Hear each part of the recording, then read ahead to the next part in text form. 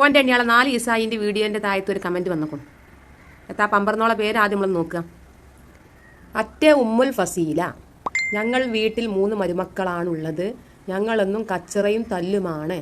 കാരണം വീട്ടുജോലിയുടെ കാരണം പറഞ്ഞ് അതിനൊരു പരിഹാരം എന്താ?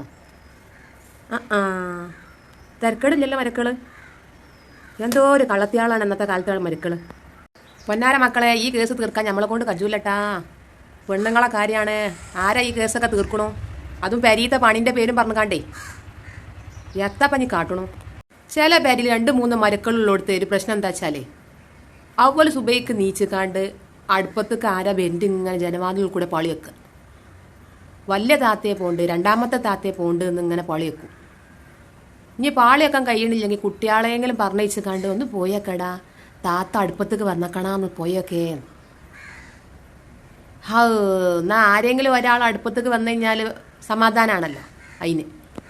പിന്നെ കൂട്ടത്തിലൊരു മരുവുണ്ടാവും, കാലാകാലം തലവേദനയും കജ്ജുംകാലും വേദനയും. ഓളത് പിന്നെ മാറുന്നൊരു ദിവസം ഉണ്ടാവില്ല.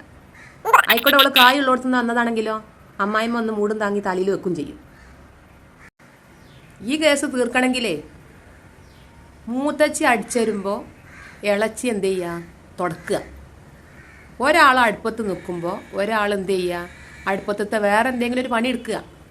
ഇങ്ങനെയൊക്കെ തന്നെ കേസ് തീരുള്ളൂ. അല്ലാതെ ഇജ്ജോ എടുക്കണ്ടി ഞാനോ എടുക്കണ്ടി എന്തെങ്കിലുമൊക്കെ പറഞ്ഞു ഒഴിഞ്ഞു മാറിയാൽ എന്താ ഉണ്ടാവുക?